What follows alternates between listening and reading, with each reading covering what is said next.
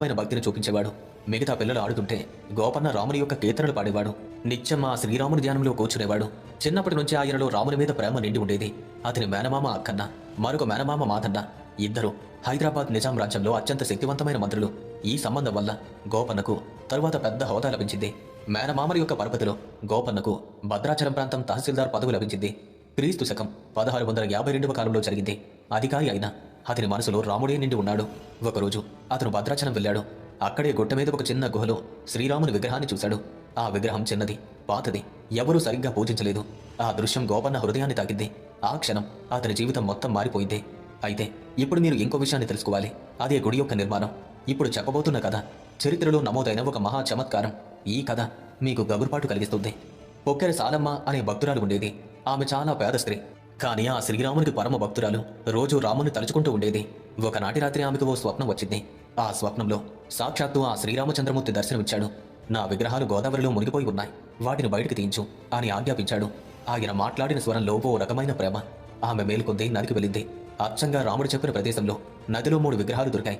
అవి రాముడు, సీత, లక్ష్మణుడివి. ఇది చూసినటువంటి స్థానికులైతే నివ్వెరపోయారు. ఈ విషయం గోపన్న చెవిన పడింది. అతను వెంటనే ఆ విగ్రహాలను తగిన పూజాగృహంలో స్థాపించాలని నిర్ణయించాడు. ఈ రాముని పిలుపు అతని జీవిత పరమార్థంగా భావించాడు. గోపన్న అప్పుడే ఒక చారిత్రక నిర్ణయాన్ని తీసుకున్నాడు. ప్రభుత్వ ఖజానా నుంచి డబ్బు తీసి గుడి కట్టాలని అతను ఆలోచించాడు. ఈ సంపద అంతా శ్రీరాముడిదే. రాముని గుడికి రాముని డబ్బే వాడుతున్నారు. ఇందులో తప్పేముంది? నేను ప్రభువుకు తరువాత చెప్పి సర్దుబాటు చేస్తాను.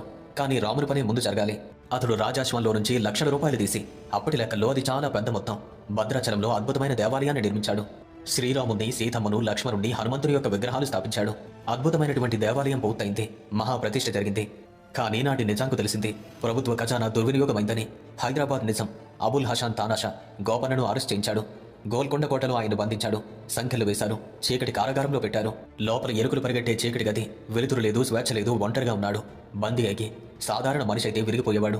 కానీ రామదాసు ఆ చీకటి చెరలో కూడా గోపన్న బాధపడలేదు. అతను పాటలు పాడాడు, కీర్తనలు పాడాడు, ఆ శ్రీరాముని స్తుతించాడు. ఆ చెరసాలే అతనికి ఒక ఆధ్యాత్మిక ప్రయోగశాలైంది. అతడు రాసిన కీర్తనలే ఈనాటికి మనకు రామదాసు కీర్తనలుగా ప్రసిద్ధి. ఆ మహా కీర్తనల్ని ఆయన చెరసాలలోనే రాశాడు. పలుకే బంగారమాగిన రామాని నామామృతం. ఆ మాటల వెనుక ఒక అర్థముంది. నీ పేరు నాకు బంగారం కంటే విలువైనది రామా. నీ పేరే నా జీవనాధారం. ఎంత మాత్రమున ఎవ్వరు తలిచినా అంత మాత్రమే నీవు. అద్భుతమైనటువంటి తత్వం రామా. ఎవరు నిన్ను ఎంతగా తలుస్తారో నీవు అంతగా వారికి కనిపిస్తావు. ఇందులో నీ గొప్పతనం ఉంది. భక్తుని స్వేచ్ఛ కూడా ఉంది. రామదాసు నేను రక్షింపుము. నీ దాసులు బ్రోచుట నీ వంతురా. ఈ పాట విన్నప్పుడు కళ్ళు తడవుతాయి. చెరలో ఉన్న మనిషి రాముని పిలిచిన తీరు ఇది.